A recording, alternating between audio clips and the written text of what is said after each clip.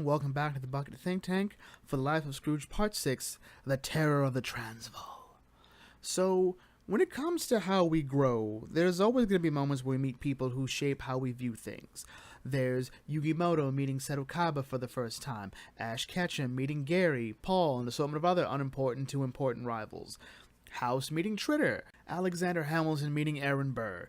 These are all great moments, and they're important because they shape the lives of our character, whether it's Seto Kaiba, whether it's Yugi, whether it's Aaron Burr, whether it's Alexander Hamilton. All these things sort of matter. And they have an impact on how our character, whichever one we like in that situation, grows and develops for the most part. And this is what this is about, because Part 6 of The Life of Scrooge is where Scrooge meets a very, very important person in his life. So let's begin. Remember, we're in the year 1887, and Scrooge is in Africa trying to make it as a prospector. And does he go to the Kimberly Diamond Mine, which at this point is the richest hole on Earth? No. He sees it. Too many people. Too much hubbub. He's going to find a hole that big, filled with gold and all his. That's what he's got. Doesn't need that. Meanwhile, back down to the hole itself, a young man is being caught trying to steal from other prospectors. And they've had it with him. So they tie him to a water buffalo, and he's off. He's running. He's scared. And Scrooge is like, oh no, I got you. And he stops him. And he says, well, you know what? Would you like a ride back to town? I'm a prospector, And the stranger's like, you know what? I've heard I should probably, head out. So tell you what here, I'll be your guide, and I'll do all the work if you give me a ride. And Scrooge's like, I prefer to do my own work, but I could sure use a guide. Then he goes, I'm Scrooge McDuck from Scotland. How about you? He goes, me? I'm a Boer. And for those of you that don't know, a Boer is a descendant of the Dutch-speaking settlers of the eastern Cape frontier in South Africa. And so this is how Scrooge and this stranger, the Boer, interact and meet. And Scrooge is all talk. It's clear something that I don't think we see a lot here. Scrooge gets a bit lonely. I think that's really it. Scrooge is a bit lonely, and he has all these great ideas, and he's got these visions of his future, and he wants to really have someone to talk to about. And this is what we see here. Scrooge is just talking his beak off. He talks about how his dad taught him about ambition, and his uncle taught him to fight adversity. A Dakota rancher taught him the glory of hard work, and a wealthy 49er taught him prospecting. That someday he's going to be rich, and he's learned from the best. And the young man says, perhaps I can repay your kindness by teaching you a lesson as well. To which Scrooge is very, very sketchy about, like, you're no older than me. And he always learns from experience. So the stranger says, like, you know what? How about this? You turn in, and I'll stand watch and keep an eye out for prowling lions. And Scrooge is totally okay with that. He's totally okay. And the next morning, it's gone. The person, the new friend, has taken the gear, the horse, even the campfire. So what is going on? What's Scrooge going to do? He's a bit heartbroken. He's more devastated than anything else here. And so he's wandering through Africa alone with no guide, and he's met by a lion. And he's running faster, even further away from the lion, to be greeted by an elephant. He jumps over a leopard. No, actually, that might be a cheetah. And it just keeps getting worse and worse and worse. He talks about, everywhere I go, there are people out there who are trying to cheat me. They'd rather steal their fortune rather than work for it. And there was no mistaking the intent of the likes of the Beagle Boys with their corny masks. They're villains and they're proud of it. But this guy, no. He's the worst kind of person ever because he's not upfront with it. And he's like, well, you know what? If I get out of this, if I somehow able to escape all this, I'm going to teach him a lesson, and it'll be nobody double-crosses Scrooge McDuck, and he just erupts with what could almost be called Super Saiyan pride. Like, this is almost an anime-like moment, because he has scared everything there. He has jumped to the point where he would technically be above the elephants. He has had it. All the animals are freaking out, and even, like, a rhino goes for him. He traps him. He goes up. He traps 2 elephants. He wrangles a giraffe looking for a ride. Like, come on. Zebras? Pfft, no. Or as he calls them, the striped run horse. He needs something that's going to match his mood. So as he calls it, the puma with a fried wig. He'll do it. And Scrooge is like, come on now. Come on, kid. You're going to give me a ride to town. The lion roars at him. And Scrooge just roars right back at him. It's like, I don't know who you think you are. And it's like, and the lion can only meow. He's been that demoralized. He's like, you know what? My old horse Hortense was way tougher than you. And Scrooge rides that lion into town. He just rides that lion into town, and no one quite knows what to expect. You just see him like, ugh. And Scrooge on response is, I guess they've never seen a real cowboy before. Luckily, in the next town, he finds, the stables with his gear, so that must be where the stranger is. And he gets the stable manager to look after to get out his mount, to which he does not know it's a lion. And Scrooge get ready to go to town. He's gonna find him. And luckily, our new friend is just sitting at a bar talking, and he's spinning the narrative as to how he got here. And the way he's telling it was that, hey, that guy tried to steal my stuff. And it's hilarious as Scrooge shows up, and the entire room is freaking out, which is weird because of his height. Like, you just look at his height, it's intimidating, but the height is a bit hilarious. But they're ducks, so they do the best they can.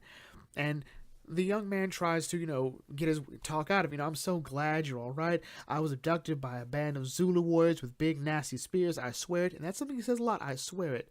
And Scrooge isn't hearing it. Like, quit your yammering. I told you. I learned from experience. I won't trust you twice from now on. I won't trust anybody once. Villains of more noble ilk than you made me cautious and resourceful and scrappy.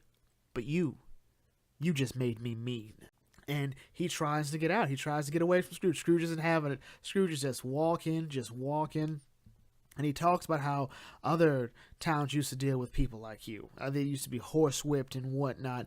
But Scrooge is going to do that. He's just going to have him tar and feathered, which to me was always the most hilarious thing ever, to tar and feather a duck. He's not going to shoot this person. It's just a bit much. It's a bit much. No, at the end of the day, it's more of an insult, no harm, no foul. So Scrooge shoots the molasses jars over him. The molasses falls on him. Then he shoots the mattress above, so all the feathers fall on him. He makes him dance, which was called the Yellow Belly Waltz, which he learned in Dodge City. And the young man runs off. He's like, you know what? I'll get you. I promise I'll get you. And what happens? Well, he goes to the stable. He's like, McDuck's got a rifle. He had a rifle here somewhere. He goes to get it. He doesn't find the lion until it's too late, and the lion gets him. Scrooge's like, I gotta go save him. The lion roars. Scrooge roars back as if I don't know what you think changed between me roaring at you the first time and me coming back. I don't know what you think happened. And Scrooge turns him in, and as Scrooge walks out, the young man turns back and says, I'll get you for this, McDuck. He says, someday I'll be somebody. I ain't little nobodies like you for afternoon tea. Scrooge's response is, you'll never be somebody. No matter how hard, no matter how much money you make, it won't mean anything unless you make it square the way I plan to. And Scrooge walks off, not knowing this person's name. At the end of it, Scrooge will never make his fortune in Africa, at least not now. The Transvaal ore is too low grade for a lone mining exploit. Tons of it needs to be mined and processed to extract a single ounce of gold.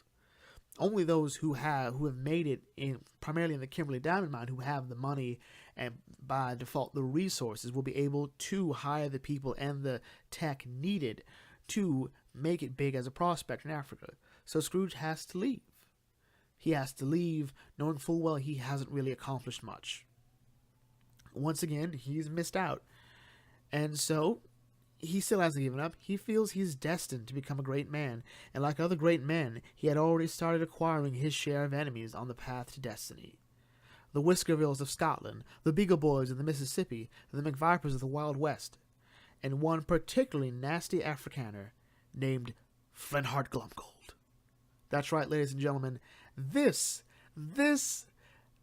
little weird, little liar, little scam artist is Flintheart Glumgold. Possibly, in my opinion, the greatest adversary Scrooge McDuck has ever had. So that's the Terror of the Transvaal. That's part 6. So, it's interesting because So we're on part 6. So we're roughly halfway through. Actually, we're about halfway through, and I have another video coming up to sort of sum up my feelings on this as a whole. But this was possibly the second one I read, because remember I read them out of order, and I didn't quite appreciate it the first time I read it, primarily because a lot of these words kind of went over my head. I was like 8, and I didn't get how important Flintheart Glumgold was. If you watch Ducktales, Glumgold is just sort of one of a couple of, antagonists Scrooge has. And you would easily, I think, go for the Beagle Boys, because the Beagle Boys, they're funnier than Glumgold is. Magic has more energy, and that's sort of it for the most part. Scrooge doesn't have a super expansive rogues gallery. Most of his enemies are usually, one of enemies of the day. But here, it's interesting. That's why I listed those rivals. Granted, few of them were as antagonistic to their protagonist as Glumgold is to Scrooge, but it's important because those interactions help shape you. It helps make your game better. Like, the relationship between Naruto and Sasuke isn't purely antagonistic. I think it should have been. But we see how their relationship, how their rivalry has shaped them. Same with Yugimoto and Seto Kaiba, and House and Tritter as sort of the other examples. In terms of Duck lore, when it comes to Scrooge and Glumgold, the trick is they're both pretty much alike, except when it comes down to their morals and how they approach things. For the most part, Scrooge is mostly morally gray, to an extent. Like, he very much believes he has a concept of right and wrong, but in terms of, the idea of, can a good person become bad, there are certain things you just don't do. And with Glumgold, in his mind, there are things you just don't do, sure, but you can do them if it will help advance your goal. And that's sort of a big difference between Scrooge and Glumgold. And that was pretty much sorted through most of Rose's work. And the idea that Glumgold will cross those lines. In the Ducktales, particularly the 87 version, Scrooge and Glumgold are pretty much similar. Again, with the big difference being, hey, one's definitely going to cheat, one isn't. And of course, the question is, where does the Scottish thing come from? If Glumgold and Scrooge met in Africa and he's a Boer. So I mentioned this before in the DuckTales villains video about one of the reasons why, well, the primary reason why Flintheart Glumgold was made Scottish, as opposed to being of African descent to an extent. And that was because of issues with apartheid, as well as, South Africa at the time was a hotbed politically. So they made the change and it sort of stuck. In the 2017 version, my major complaint with the Scrooge and Glumgold rivalry is it doesn't really feel like they're equals. It feels like one is constantly trying to be equal to him. It's like he's putting up a big front because he doesn't want to admit that he's not as good. And yeah, that's sort of how I just don't quite like that particular dynamic as much. I like the idea where it's a sort of back and forth between them. And then we have the Karl Barks version. So, for the most part, this, as far as I can tell, is the only actual explanation of how Scrooge and Glumgold met. Once Upon a Dime doesn't talk about it. Few of the comics do, if at all. If I'm not mistaken, and I could be wrong, the first meeting of Scrooge and Glumgold is in the world's second richest duck. And that one they have a contest where they take string. Who has the most string to sort of match up to their fortune, and they see how long it takes for them to roll that string out. And it goes pretty far. But that to me was sort of the idea of as to how rich people would sort of have a rivalry. They're too big to sort of engage in a huge financial battle. It will ultimately just waste their money. So they use the string. And the sort of back and forth the two of them have is sort of, I think, more reminiscent. It's a bit more exaggerated of the relationship between, let's say, Andrew Carnegie and John D. Rockefeller. Those two, they would have a rivalry, not just by trying to, raise money. They would send each other gifts to sort of make fun of each other. Like Carnegie once sent Rockefeller, a devout Baptist who doesn't drink, a fine bottle of whiskey. Rockefeller once sent Carnegie a brown paper bag to mock his humble origins. That's the sort of thing. The important thing with Scrooge and Glumgold is how the relationship works.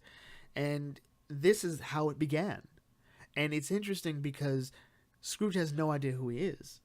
It's really great. I don't think Scrooge ever thought he'd see him again. And I honestly don't think Glumgold ever thought I think he would, but I don't think he lied awake at night like, I'll get that McDuck. Maybe he did. But who knows? Anyway, We're going to bring this video to a close here. If you're new to the Bucket Think Tank, feel free to like, comment, share, subscribe. If you've read this, if you've seen Ducktales, if you've read Ducktales, read Uncle Scrooge Adventures, love to hear your thoughts on this, especially if there's anything I missed. Check out some of my other videos on this channel, especially part of the Life of Scrooge series. And I will catch you all later. This is the Bucket Think Tank signing off. May your fandom serve you well.